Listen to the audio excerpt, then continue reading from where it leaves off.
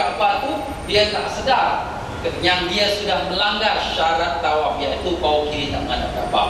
Bagaimana? Jadi apabila dia berjalan, dia menuju jauh, jadi bahu kiri dia sekarang ni masih menghadap Kaabah, tapi sekarang sudah bahu kiri tidak menghadap Kaabah, bahkan dia membelakangkan Kaabah dan dia tak sedar, dia jalan terus saja. Jadi bila dia telah berlaku demikian, maka dia di saat-saat terakhir langkah-langkah dia itu tidak sah. Dia wajib betulkan balik, ustaz balik, betulkan balik.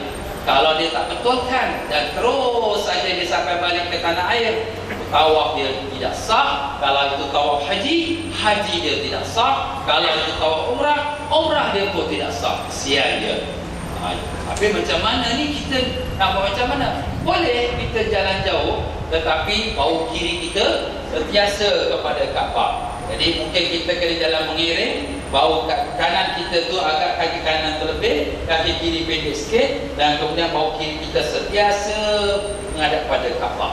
Itulah dia tuan-tuan, perkara yang penting kita perhatikan. Syarat yang keempat, bahu kiri kita menghadap Kaabah. Syarat yang kelima, bahawa hendaklah kita tidak tawaf atas Kaabah atau dalam Kaabah. Macam mana orang tawaf dalam Kaabah? Dalam Kaabah ni bukan mana masuk dalam Kaabah tembok yang macam kita nampak ini, tapi di sebelah Kaabah tu, di sebelah hujung corner, dia ada tembok setengah bulat yang namanya Hijr Ismail. Nah, bila kita nak tawaf, kita masuk dalam Hijr Ismail, itu namanya kita masuk dalam Kaabah, kerana Hijr Ismail adalah sebahagian daripada Kaabah. Begitu pula, kita tidak boleh masuk dalam Hijr Ismail untuk tawaf, dan tak boleh kita melakukan tawaf atas Kaabah. Tapi takkan ada orang nak panjat atas Kaabah? Tak ada, tak perlu panjat pun. Sebenarnya Kaabah ni tuan-tuan, dia ada kaki Kaabah. Kaki Kaabah tu namanya Syazarwan. Jadi kalau sekiranya kita dalam tawaf, kita pun pegang tengok Kaabah, orang pun tak ramai, syuk, wah aku tawaf kau dapat pegang Kaabah lah. Pada muka tak sah tawaf. Pasal apa? Sebab bila kita pegang Kaabah, tangan kita ini berada di atas kaki Kaabah. Jadi artinya sebahagian anggota kita tawaf atas Kaabah. Dan dengan itu tidak sah tawaf kita pada saat tangan kita berada di atas kaki Kaabah. Begitu pula dia sebelah hujung Kaabah yang ada Hijr Ismail. Ada orang dia tawaf sampai dia pegang temboknya Hijr Ismail. Jadi bila tangan dia itu berada atas Hijr Ismail, artinya tangan dia berada di atas Kaabah. Dan kalau dah begitu, maka tidak sah tawaf dia, kerana sebahagian anggota dia berada di atas Kaabah, kerana Hijr Ismail adalah sebahagian daripada Kaabah. Jadi itulah dia tuan-tuan, syarat yang 5. Syarat yang ke-6 ialah tidak berubah niat.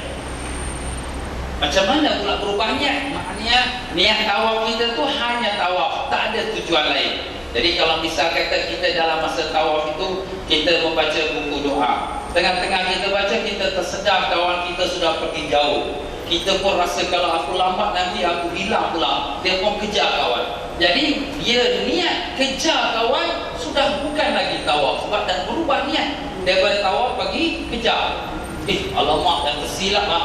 Kena patah balik. Kat mana tadi aku tersilap? Kat sini lah. Aku tawaf umrah kerana Allah. Sambung, betulkan niat itu. Kemudian dia teruskan tawaf. Begitu pula kadang-kadang dia dalam keadaan tawaf tu haus dekat musim panas. Sekarang bulan Jun ni tuan-tuan ya, kalau sampai pergi umrah bulan Jun ni memang musim panas. Jadi tengah-tengah tawaf dia nak minum air. Boleh minum air, tapi ada caranya. Tapi kalau sekiranya dia di tengah-tengah tawaf terus sekali nak minum air, dia pun minum air, terus dia sambung tawaf, tak sah tawaf dia. Kenapa? Kerana dalam masa dia berjalan untuk pergi minum air, hati dia sudah berkata nak minum air. Jadi dia sudah berubah niat tu nak pergi minum air. Kemudian lepas tu dia teruskan tawaf tanpa diperbetulkan tempatnya dia telah tersilap. Macam mana ustaz kita nak minum air? Boleh, kita stopkan dulu. Jadi macam orang bawa kereta lah, dia parking dulu. Stop, aku stop sini. Pusingan yang keempat, kat sini aku stop. Dia jam lah kat mana dia berhenti. Pergilah minum air. Dah selesai dah minum air, alhamdulillah, lega sikit. Rehat sikit, penat lah tadi. Hari pun panas orang ramai. 5 minit kita dah rehat. Okey, kat mana tadi aku berhenti? Kat sini parking tadi. Kita teruskan dah 1-2 langkah. Kemudian aku sambung tawaf umrah, aku sambung tawaf sunat. Ikutlah apa tawaf yang kita tawaf tadi. Kita teruskan. Pusingan ke berapa tu? Pusing ketiga. Ni sambunglah pusingan ketiga bagi habis. Begitulah dia tuan-tuan dan puan-puan. 6 syarat tawaf jangan kita lupakan. Pertama, suci. Kedua, menutup aurat. Ketiga, dalam Masjidil Haram. Keempatnya, bau kiri sentiasa menghadap Kaabah. Kelimanya, tawaf luar Kaabah, tidak boleh dalam, tak boleh atas. Dan keenamnya, tidak boleh